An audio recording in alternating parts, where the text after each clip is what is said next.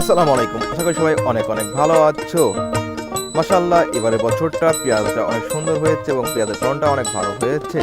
এরই মধ্যে পেঁয়াজ উঠানো প্রায় আমাদের শেষ হয়ে গেছে, কিন্তু সব পেঁয়াজই বাড়ি নিয়ে এসেছি, কিন্তু পেঁয়াজ কাটার কোনো লোক পাওয়া যাচ্ছে না, যার কারণে আমরা সবাই মিলে বাড়িতে বসে পেঁয়াজ কাটা শুরু করলাম।